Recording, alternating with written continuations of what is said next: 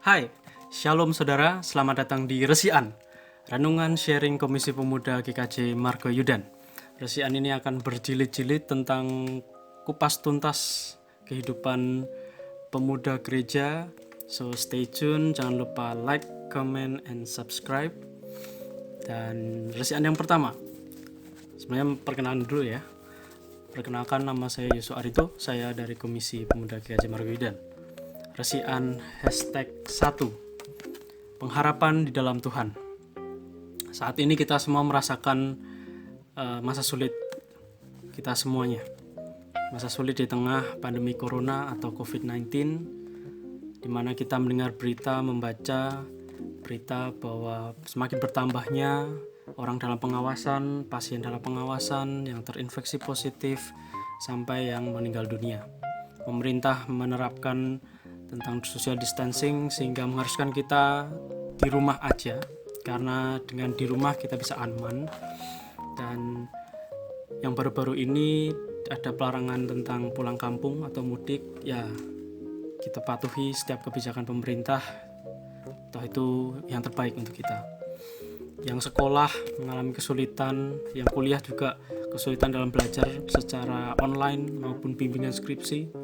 Yang cari kerja banyak rekrutmen yang ditunda, bahkan dibatalkan mungkin. Yang kerja dirumahkan, bahkan di PHK.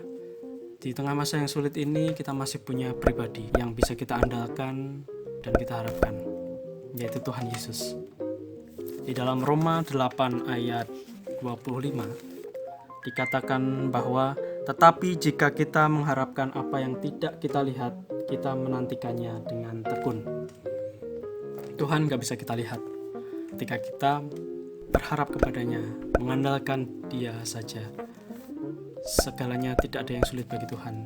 Semuanya pasti ada solusinya. Setiap permasalahan yang kita alami pasti ada jalan keluar. Setiap kesulitan yang kita alami pasti ada jawaban di sana. Jadi tetap berharap hanya kepada Tuhan. Fokus sama Tuhan.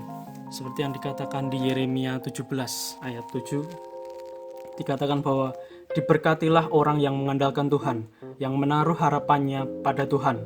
Ia akan seperti pohon yang ditanam di tepi air, yang merambatkan akar-akarnya ke tepi batang air, yang tidak mengalami datangnya panas terik, yang daunnya tetap hijau, yang tidak khawatir dalam tahun kering, dan yang tidak berhenti menghasilkan buah.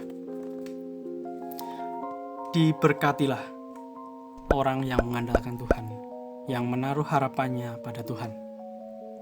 Menjadi satu kekuatan untuk kita, satu ayat penguat untuk terus berharap sama Tuhan apapun kondisinya.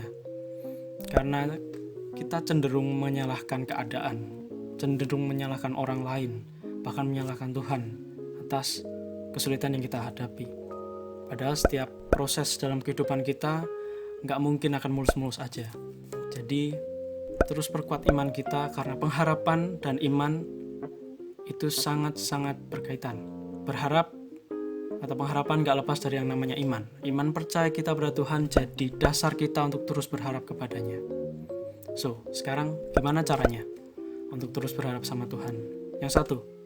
Yang pertama, terus melihat Tuhan melalui perenungan-perenungan yang kita miliki, yang kita alami, pengalaman-pengalaman rohani yang kita alami menjadi harapan kita. Satu contoh, ketika kita mungkin selamat dari satu kecelakaan yang saya pernah alami, saya pernah selamat dari satu kecelakaan dan saya bisa hidup sampai saat ini karena Tuhan Yesus baik. Tuhan Yesus selalu pegang hidup kita, dan saat-saat itu menjadi pengingat bagi saya untuk saya harus mengandalkan Tuhan. Saya gak boleh menyalahkan siapapun.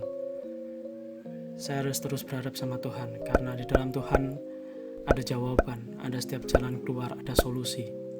Dan yang kedua dan yang terakhir, melihat kondisi saat ini belum final.